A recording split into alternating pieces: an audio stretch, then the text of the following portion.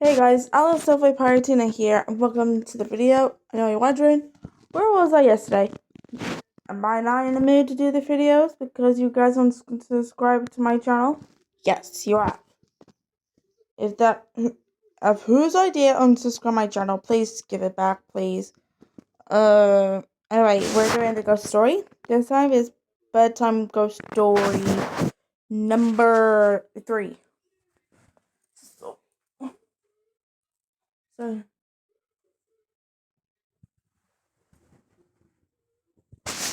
So, we're still reading this, and I have no idea how long that is, so wish me luck. My fear released. A few days ago, I submitted 2 nightmare-ish accounts for my childhood. Perhaps you best read them to truly comprehend and what has befallen me. I have been compelled to silence, grip the rational fear that somehow, even after all these years, should I speak of it? That those things would seek me out and once again wreak havoc on my life? In the name of silence, science, and reason, I confronted those fears and set out to vanquish those tormented memories once and for all by sharing them with others, exposing them for what I believed they were, the delusions of a troubled child. I have held on to my skepticism and rationality for dear life. I have allowed them to define me, but this morning I was presented with verifiable physical evidence. Evidence of what I do not know, but it cannot be ignored, and it seems strange to me that the last few days have been tainted by apparition and misfortune after finally breaking my silence, that I can no longer rely upon entirely conventional explanation. In the wake of sharing those traumatic experiences I had as a child, I have been plagued by an overwhelming sense of unease. Initially, I attributed this to the fear I had experienced in simply recounting and reliving those terrible events in my mind, but as the days passed, it felt like so much more appalling of impending doom consumed my every thought. While sleep came to me, rest did not. Each morning I awoke, my nerve on edge, as if deprived of sleep for any age. Nothing overtly frightening happened during the next first few nights. No visitation, no unwelcome bedfellows, no whistling breeze reaching out from deep within my bedroom walls, but I had that distantly familiar feeling of not being alone.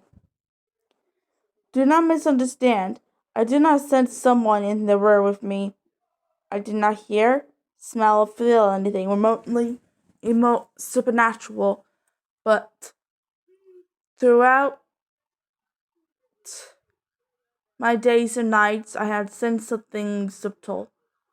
I almost on the periphery of my awareness. The feeling that something is on its way, something is coming, like the first few static blasts of air from a subway tunnel, heralding the arrival of a large, lurching, unstoppable monstrosity, surprising yet expected. My sense of unease grew with each passing day, pushing its way under my skin, deep into my mind like some form of cancerous affection. I tried to focus my attention on various writing projects in a vain attempt to fill my mind up to the brim with other thoughts, hopefully leaving no room for those contaminate memories. But those thoughts came to me nonetheless.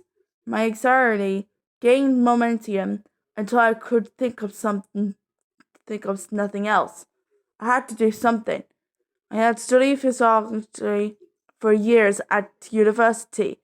With this, I knew that anxiety is often the result of a loss of control, and the that one was the most effective ways to combat it is to empower oneself. This is what I intend to do. Call it foolhardy, but I was going to go back to that place, that house where those terrible events took place. I am going to confront those memories and expose them for what they were, nonsense. It was an hour to drive to my old home, but it was one filled with elation. I was confident, at ease, happy. I was now in control. I was in control now, and nothing was going to get in my way from showing that the place I have feared my entire life was nothing but a vantage humdrum, harmless little suburban house. Gleefully inaugurating the country roads and then motorway finally I made it to the city. Gradually the streets began to take on a familiar appearance. Memories of playing in that neighborhood came flooding back to me.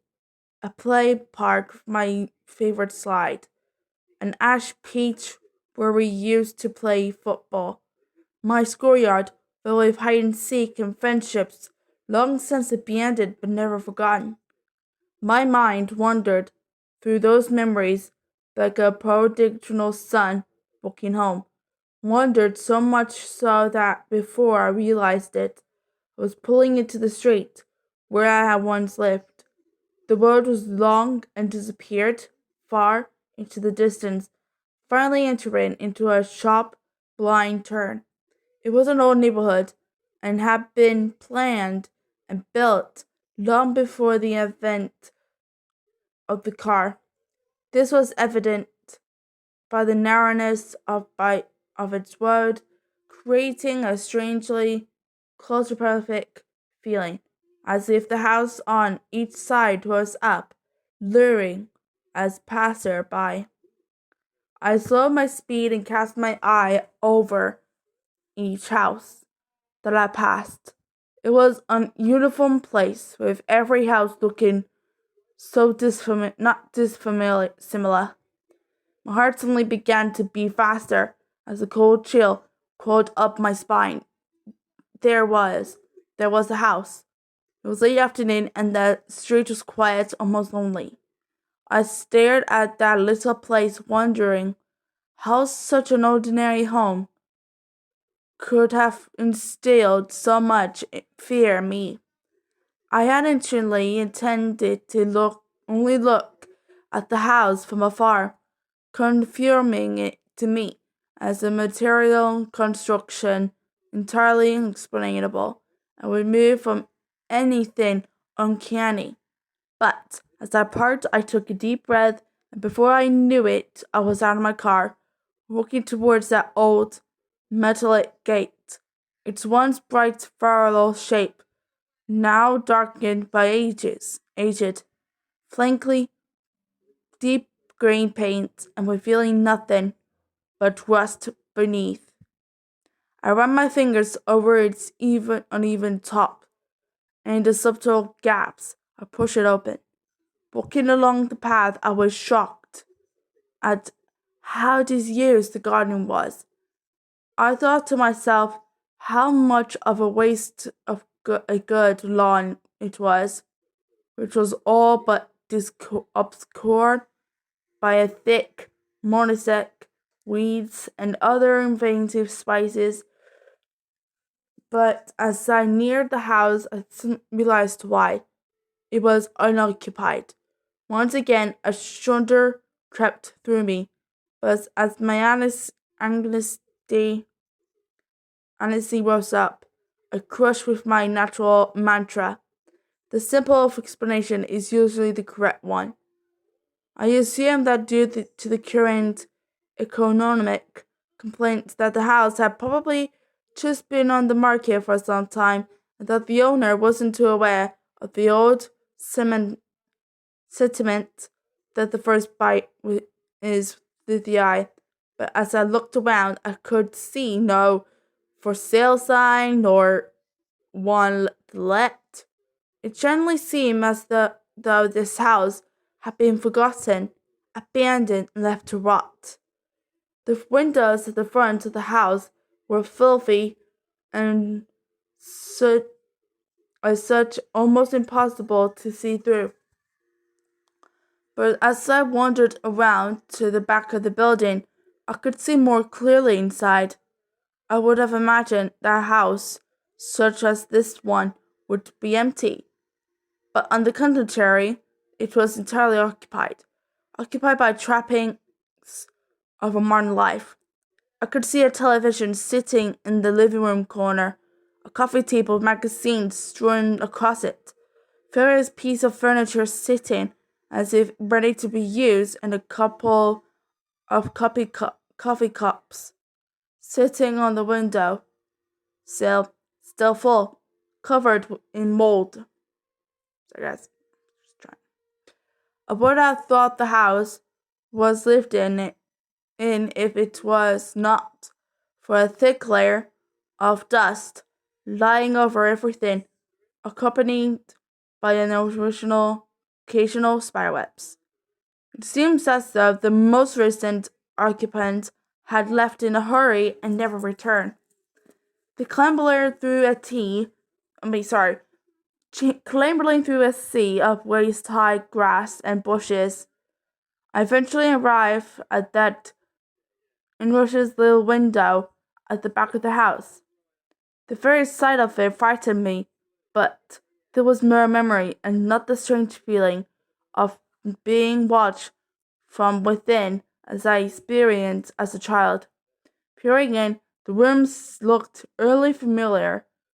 I suppose there is little that can be done with a room so small, so oddly narrow, but through the dirt-covered glass, the room looked almost unchanged from when I had slept in. A bed, a set of drawers, and what looked like an assortment of toys on the floor. A profound sense of anger washed over me momentarily, and I shook it quickly from my mind. The room was clearly that of a child's, and the thought of that thing harming against innocent filled me with contempt and for such a thought, and within me swelled the desire to protect any child from such an abortion.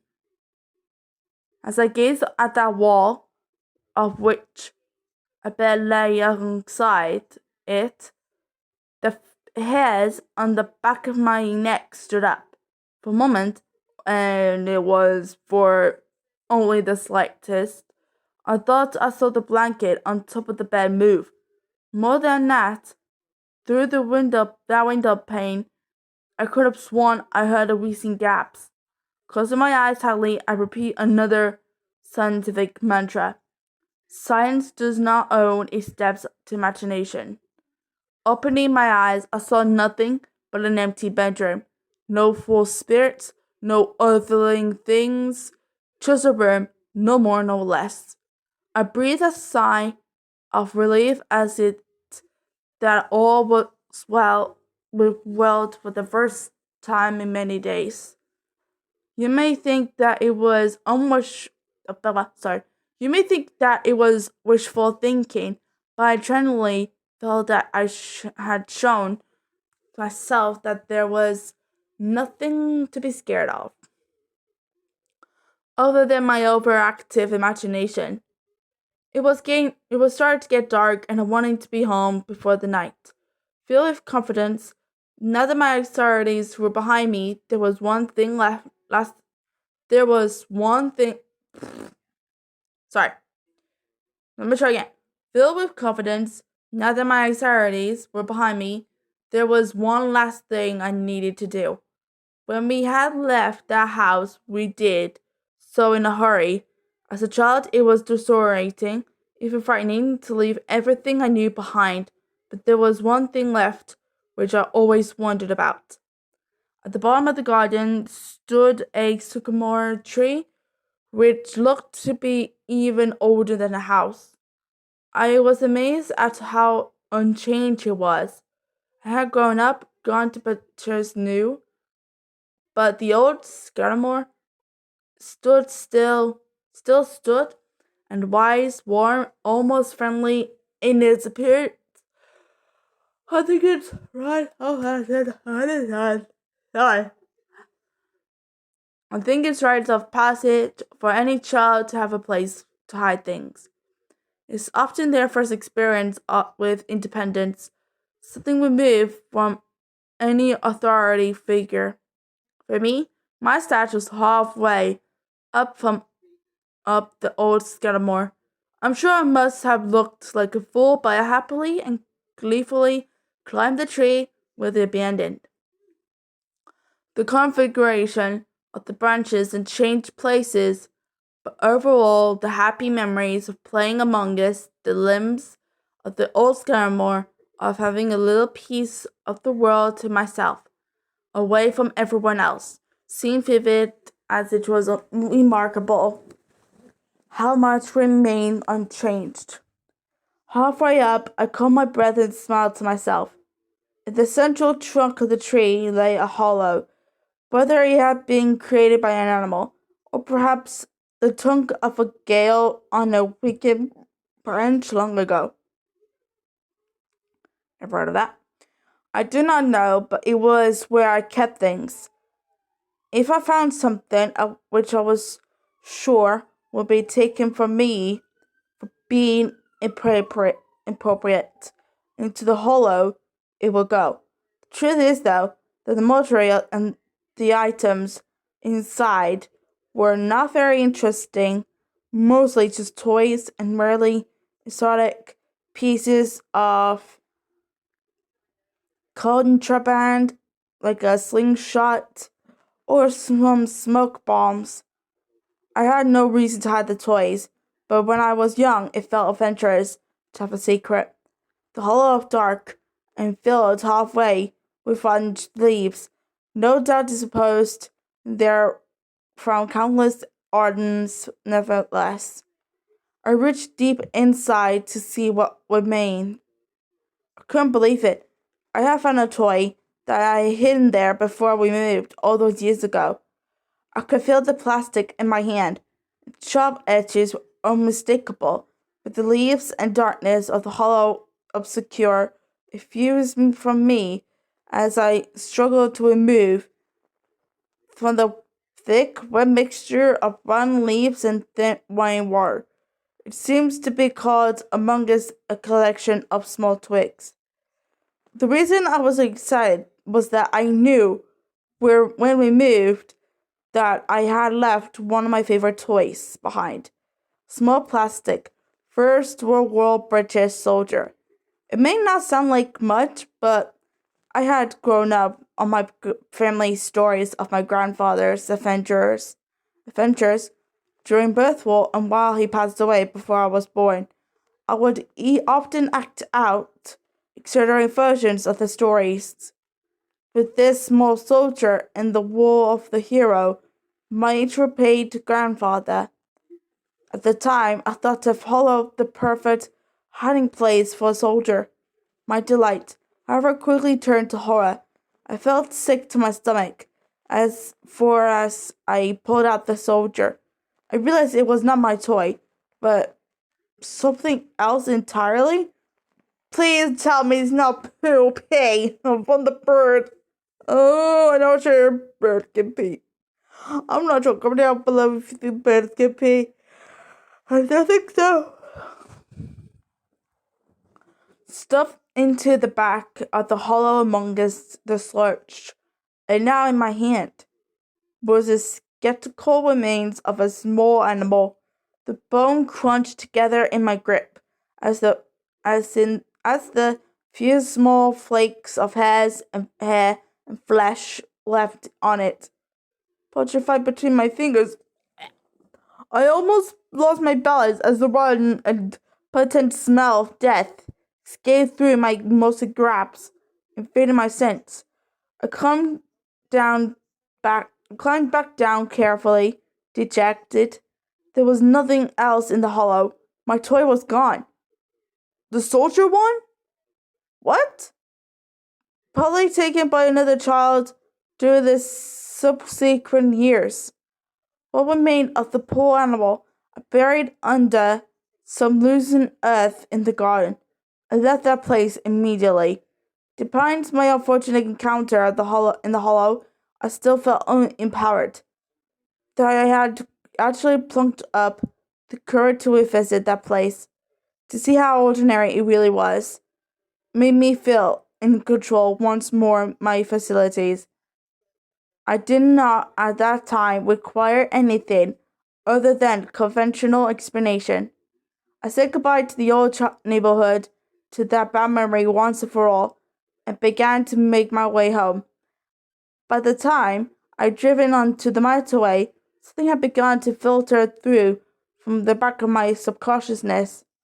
At first, I disregarded it, dismissing it as my imagination, but as the sun shone its last and dipped below the horizon, I sensed the growing of a explosion in me, an idea which seemed to have been born and nurtured for no good reason, no rationale, no sound casual footing, but one which had to be followed at all cost. I must be home. I increased my speed, sipping sporadically between the slower cars on the motorway, looking in the rear view mirror, keeping an eye on what might be following. I had to get home. Again, I drove faster, consciously looking behind as if racing some unseen pursuer, 70, 80, 100 miles per hour. I tore along the road. I beeped. I yelled. The sun lashed off of me. What was happening to me? Please, just let me go home. Why not, cuz? I finally made it off of the motorway and onto the country roads, which will lead directly to my town. The roads were narrow and wound around into now the blink and obvious countryside. Darkness seemed to blanket the road in front of me. I turned my full beam on and breathed a sign of relief to see a bright light again.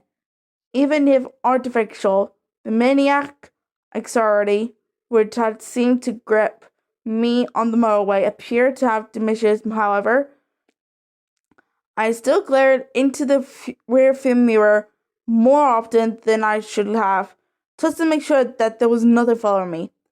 What a ridiculous thought! To think of something chasing my car, to put myself and others in danger of speeding down a busy motorway. Madness!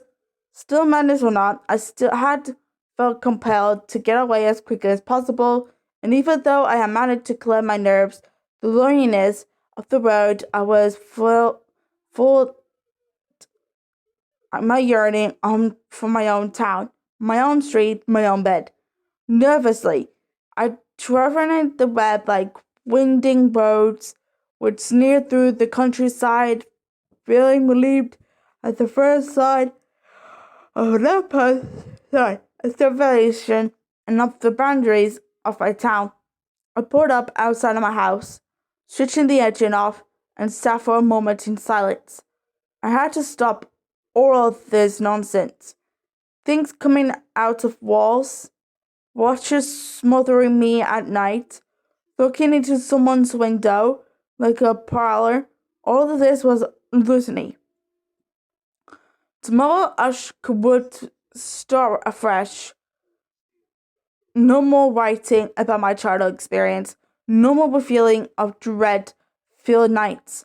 Just getting back to normal, carrying out my work, spending time with my girlfriend, and most of all, reaffirming my belief faith, a confidence in silence and nationality.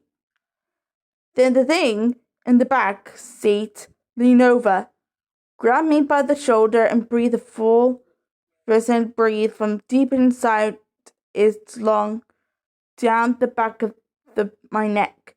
I scrambled for the door, my arms flailing around looking for the lock. Fear possessed me, shook me, a fear I remembered all too well, a fear from all those years ago, lying awake at night in that sickening room. The inside of the car had grown much colder, but that was nothing compared to the icy fingers burrowing into my shoulder. I honestly thought I was going to die, that this thing would finally get its way after all this time. The door handle popped into my The door handle popped in my panic grip, and I fell out of the driver's seat onto the pavement. The briefest of moments, I thought I caught a glimpse of something in the back seat. Vague, the form of an old man, yet twisted and distorted, grinning from ear to ear. Luckily, there was no one around. As had been, I would have appeared a mad fool, for the car was empty. I grabbed my keys from the navigation and put the car door shut with my foot, locking it for the night. I scurried down the path into my house.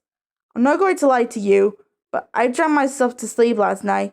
You may recall that I said I had evidence, natural physical evidence of something unnatural. You might be wondering what the evidence is. Well, I could say that it was marks on my shoulder that made me shudder with fear, or I could tell you that my bedroom window, lying pretty open this morning by what looked like claw marks, had left me draining tonight, or any other. But no, none of that scared me as much as what I saw today upon waking. Sometimes the most frightening of messages are the most simple. For lying on my chest as I awoke this morning was a toy soldier. The soldier I had hidden in that hollow all those years ago returned to me as an adult, bitten in half. Bitten in half! Oh my gosh. Okay, I'm guessing it's not a bird. I'm guessing it's not a dog, because the dog can choke to die, and so is the bird. It's not probably the cat. It's probably not an owl, or a mouse, or a rabbit. I think it's one of those things that he told us about in Bedtime Ghost Story. I think I should leave it here. That was scary. Like the soldier toy bit in half. Footing out. I can't believe it. Comment down below if you believe it. I think I stop here for now until chapter 4. So thank you so much for watching. Give me a thumbs up if you like it, and comment down below if you want to listen to chapter 4. Let me know. And press the subscribe button, hit the bell notification on if you enjoyed this video. Please, just don't unsubscribe my channel, whoever it is. Because I know you can tell that I'm not happy. I'm not happy, guys. Cause, I mean, come on. I tried to make my channel to make me feel better during my you know who. So, I'll see you guys tomorrow. Bye.